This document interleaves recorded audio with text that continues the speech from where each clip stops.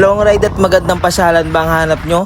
Baka ito na ang lugar na para sa inyo, ang Monte Maria sa Batangas. Isang magandang araw na naman sa inyo mga kagala. Ngayon araw ngay pupunta tayo ng Monte Maria sa Batangas. Let's go! Ngayon ay pupunta muna kami sa lugar ng aming tagpuan. Siyempre sa Petron Tejero yan. Dito nga nakita natin nakakarating lang din ng isang kagala natin. At dumating na din na napakaangas kong kaibigan. Ang angas mo par. At dumating na din ang huling kasama namin sa gala namin. Let's go mga gala! Inabot na kami ng umaga sa daan pero malayo pa kami sa aming pupuntahan. Sa daan pa nga lang ay may enjoy mo na magagandang tanawin. Nasa tabing dagat ba naman ang aming dinadaanan. At nakita din namin tong barkong to na napakalaki. Grabe. Dito nga halos 2 hours and a half na kami nasa biyahe. Pero G lang para sa masayang gala.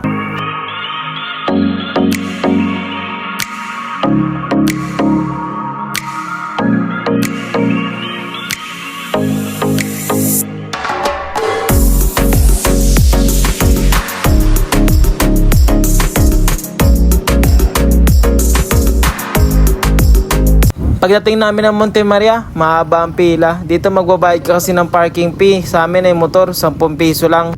Pagpasok mo ng Monte Maria, napakalawak ng parkingan. Pero ang dami nakaparking na sasakyan kahit doon kami sa bandang taas. Pagkatapos nga namin magpark, bumuhos naman ng malakas na ulan. Kaya nagpatila muna kami dito sa amin sinisilungan. Inabot pa nga. Nang matapos ang malakas na ulan, agad-agad kaming naglakad. Si Musbada mo, nagmamadali na. Excited na yan. Dito ngayon makikita nyo magandang view ng lugar. Lakas makatanggal ng pagod. At ito naman ang napakalaking statue ni Mama Mary. Pictura na dis. Angas oh. Si Boss Madam mo, para hindi masakit ng likod. Ang saya-saya mo. Nakagala na naman daw kasi siya. Tara na mga kagala, libutin na natin itong napakalawak ng Monte Maria. At maghanap ng kakainan. Gutom na kasi kami, wala pa kaming almusal lahat. Kahit wala pang almusal, G lang, basta makagala. At ito naman, ang kauna-una ang glasswalk dito sa Pilipinas. Grabe, napakalaki niya. Sayang, hindi pa siya tapos.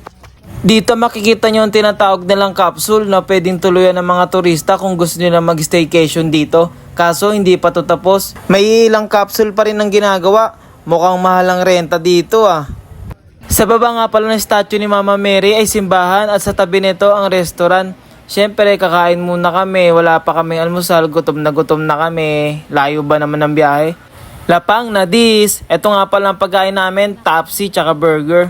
Nagsting nga din pala ako para magising-gising naman ako sa biyahe. Kainan na mga kagala. Gutom na kami. Yun oh, si Leklik nagsting din pala oh. Pagtapos nga namin kumain, lumabas na din kami. Grabe, sobrang dami ng tao. Naalala ko, linggo nga pala ngayon, may misa. Sa mga oras na to, kakatapos lang ng misa, kaya nagsilabasan na yung tao. May nakita din kami dito ang binocular telescope. Siyempre, sinubukan ni Boss Madam yan. Hinulugan nga pa na lumang 5 piso to para magamit mo siya. At siyempre, sinubukan din ng kaibigan ko yan. Sige Lek, hanapin mo yung taong para sa'yo. Yeah! Habang tinitignan ko ngayong glasswalk, nakakalungkot lang kasi di man lang natin siya nasubukan. Sa mga oras na to, pauwi na din kami. Nagmamadali kami kasi may pupuntahan pa kami. Uwian na ang mga gala. Sayang at hindi natin nasubukan ang kauna-unahang glasswalk dito sa Pilipinas. Siyempre, babalik kami dito. Hindi kami papayag na hindi namin masusubukan yan. Pagkalabas nga namin ng Monte Maria, grabe, sobrang haba ng pila. Tingnan nyo naman yung pila, umabot na sa highway. Kaya kayo mga kagala, kung pupunta kayo dito, agahan nyo, mas maganda na yung sigurado. Pinas forward ko na para malaman nyo, pag tanghali kayo pumunta dito, ito ang aabutan nyo, lalo na pag linggo. Nako, isang masayang alaala na naman ang nabuo sa araw na to. Uwi na naman tayong masaya at may dala na bagong picture. Palit DP na dis. Pakipollow na din to aking Facebook page. At pakisubscribe na rin ang aking YouTube channel.